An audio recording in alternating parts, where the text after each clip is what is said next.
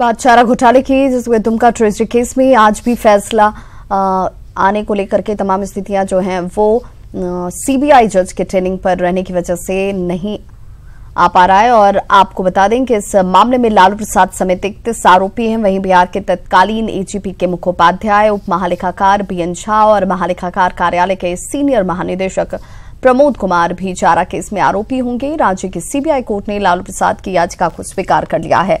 चारा घोटाले के दौरान दुमका कोषागार मामले में 3 करोड़ 13 लाख रुपए के गबन हुए थे, जिसको लेकर के फैसला आज भी नहीं आ पा रहा है।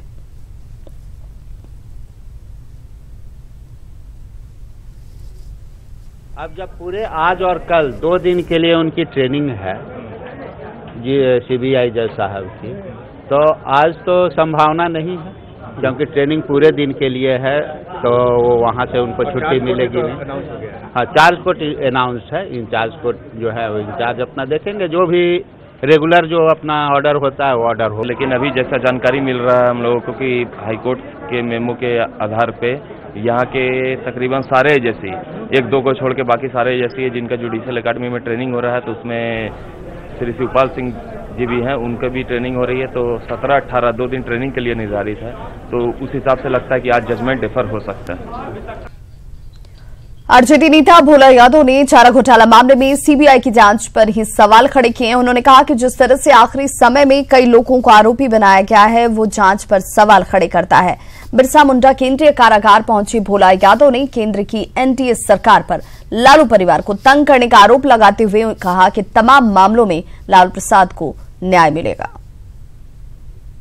जिस तरह से सीएजी को, जिस तरह से तत्कालीन डीसी को, जिस तरह से तत्कालीन सीबीआई के आईओ को आरोपित किए हैं और एक्यूज बनाने का काम किए हैं, इससे ये साफ परिलक्षित हो गया है जो सीबीआई ने सही तरीके से उस समय जांच पूरा नहीं किया। और इसके चलते हम लोगों के जो नेता हैं आदरणीय लालू प्रसाद जी को कहीं न कहीं जबरदस्ती फंसाने का काम किया है। तो आने वाले दिनों में माननीय उच्च न्यायालय और माननीय उच्चतम न्यायालय में जब मामला अपील का जाएगा, तो निश्चित तौर से इन सारे बिंदुओं को देखने के बाद हमें पूरी उम्मीद है जो हमारे नेता निश्चित रूप से निर्दोष साबित होंगे और जेल से बाहर आएंगे।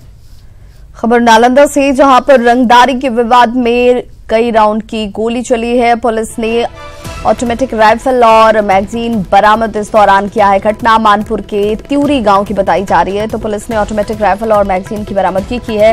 रंगदारी विवाद इसके पीछे वजह बताई जा रही है, जिसको लेकर के आज गोलीबारी की घटना सामने मानपुर के त्यूरी में।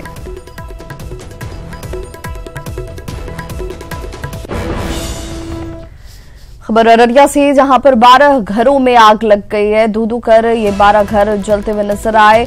स्थानीय लोग फिलहाल इस आग पर काबू पाने की कोशिश कर रहे हैं। चूंकि हाट के चैनपुर गांव की घटना है, तो गर्मी की शुरुआत के साथ अगलगी की घटनाएं लगातार सामने आती हुई और उसमें कहीं न कहीं अग्निशमन विभाग की कार्यशैली पर भी सवाल उठ रहे हैं। कई घटनाओं के बाद लोगों का आक्रोश भी इस बाबत सामने आता रहा है। जो कि हाट से फिलहाल खबर है, जहां के चैनपुर गांव में अगलगी की घटना में 12 घर जलकर राख हो गए हैं।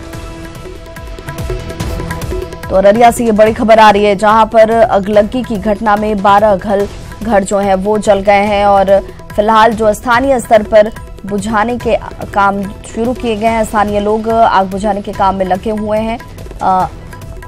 हालिया दिनों में अगर 1 सप्ताह की बात की जाए तो लगातार घटनाएं सामने आती रही हैं अगलगी की, और उसके बाद अग्निशमन विभाग की कार्यशैली भी सवालों के घेरे में। दमकल की गाड़ियां वक्त रहते नहीं पहुंचती हैं, और अगर पहुंचती हैं तो उनमें पर्याप्त मात्रा में पानी नहीं मौजूद होता। ऐसे में स्थानीय लोगों की तरफ से ये सवाल भी खड़े किए जा रहे हैं कि गर्मी के दिनों में ऐसी घटनाओं पर रोक लगाने के लिए क्या इस रूप में कार्रवाई की जाएगी। हालांकि एक बार फिर से ये घटना सामने है, जिसमें 12 घर जल गए हैं। तस्वीरें देखिए किस तरीके से आग ने भयावह रूप धारण कर लिया।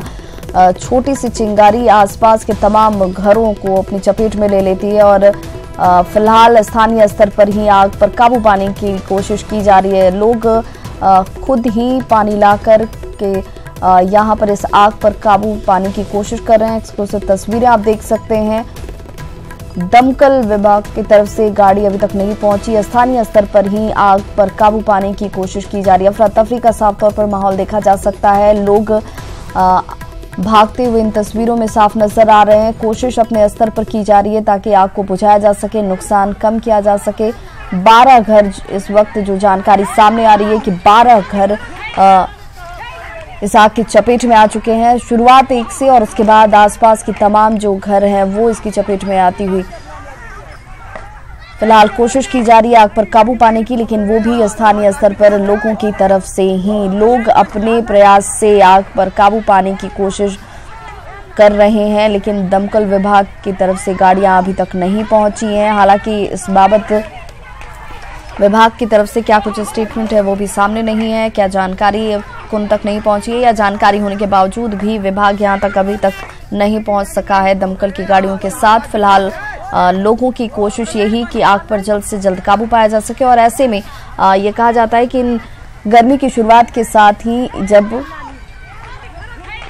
अगलगी की घटनाएं सामने आती हैं उसके बाद ये सवाल हर बार उठते हैं, लेकिन इन सवालों का जवाब कहीं से भी नजर नहीं आता अधिकारियों की तरफ से।